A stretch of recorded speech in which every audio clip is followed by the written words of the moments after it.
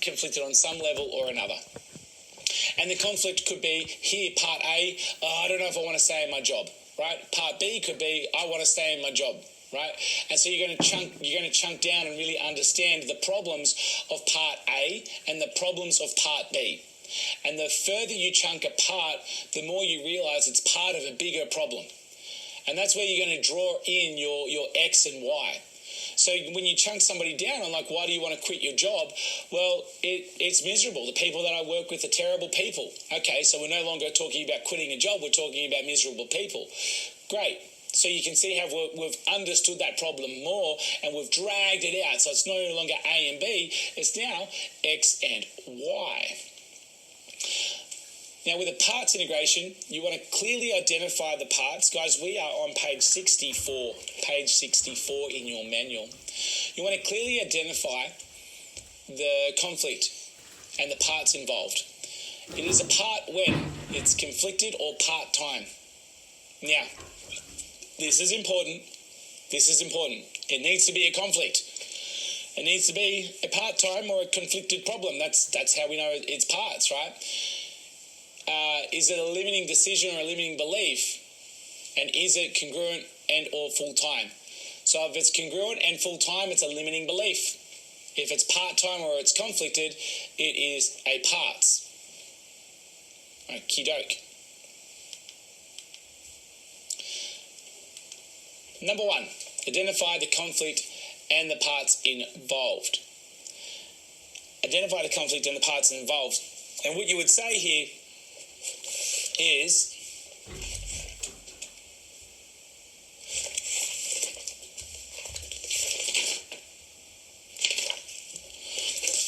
I wonder if I can talk to this part.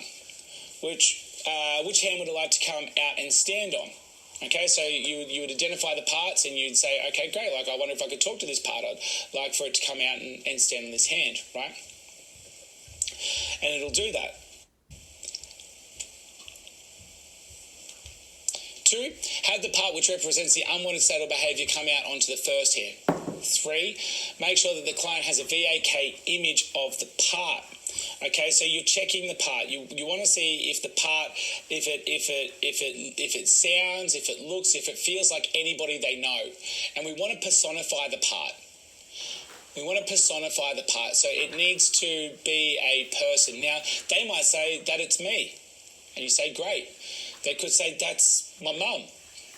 Great. They might say, that's my next door neighbour. That's great. They might say that it's a movie from a character from a movie.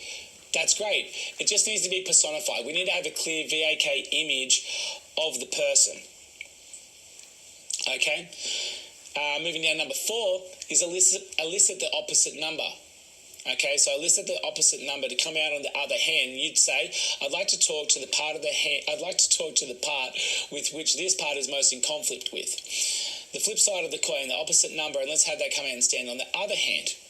And so you've got one part on one hand, and you've got another part on the other hand. Yeah, that's right, Nico. Nico's got it going on. So you've got one on one hand, you've got one on the other hand. They're going to stand out right in front of you. Okay, their elbows are going to be at about 90 degrees and everything's going to be really level and it's going to be super comfortable for them to sit that way. Number 5, make sure the client has a VAK image. So just like with the first part, I'd like to talk to the unwanted state of behaviour and I wonder if it'd like to come out in this first hand. Does this look, does this sound, does this feel like somebody you know? Oh, it looks like me. Okay, great. Now, I'd like to talk to the opposite number. I want to talk to the flip side of the coin. I want to talk to the part in which this part is most in conflict with. And I wonder if we could allow that to come out on the other hand. Can we bring my slides down and have me? Right?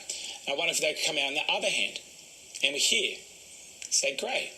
And I'm curious to know, does that look or does that sound, does that feel like somebody you know? Oh, it does. It looks like my granddad. Okay, great. No problems. And so we've got a personified image on both hands. Everyone's sweet at this point. Perfect. The client is going to have their hands out at about 90 degrees, right? So they're really relaxed. And if you can, you're going to want to have it so it's out on 90 degrees like this. And the good thing about that is that the hands will meet. It can totally be the same image, Emmy. Great question. Great question. Yeah, it could be the same engine. You might say, I want to talk to the unwanted state of behaviour. Does it look, does it sound, does it feel like somebody you know? And you might say, it's me. And then you talk about the wanted, like the flip side of the coin. And you go, does that look or sound or feel like somebody you know? They go, oh, it's me. And you go, great. I want to talk to, and we'll get to point 6 in a minute. You want to separate intention from behaviour. Okay, you want to separate intention from behaviour, so you reframe each part so they actually realise that they're actually once part of a higher intention. And the way that you do that is by chunking up. And the question you will ask, guys, in your manual, these are the questions you will ask. Circle these, highlight these, do those things. Is, what is the intention, or for what purpose? What is the intention, or for what purpose? Okay? So you've got your behaviour that's operating inside of a part. And what we're going to do is we need to separate the behaviour of the part from the intention. Remember, people aren't their behaviours. People aren't their behaviours, right? Accept the person, change the behaviour.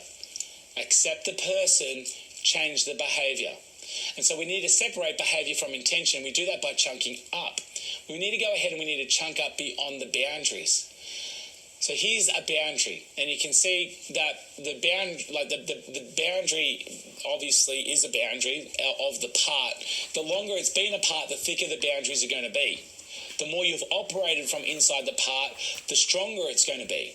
And so some people are going to need to really be chunked over it, right, or through it. And for others, if it's a new part, then the boundaries are going to be weak and the part's going to be weak. So we have the behaviour that's inside of the part, and you need to be chunking up to find the intention. And so you might start chunking up, and let's say, use my example of I eat good food, but I go to the gym, but I don't eat good food. Well, what's the intention behind not eating good food? To make my tummy happy, okay? And for what purpose do you want to make your tummy happy? Oh, I just feel really good. Okay, what's the intention behind feeling really good? And so you're taking the last thing you're taking the reason that the client gives you, and you're chunking that reason up. And you're going to chunk it all the way up until we clear the boundary condition. So say, for example, you can see on the right-hand side here, freedom, safety, protection. Let's say you're chunking somebody up, and you get to the point, for what purpose? Protection, okay? And for what purpose? Safety. And what's the intention? Freedom.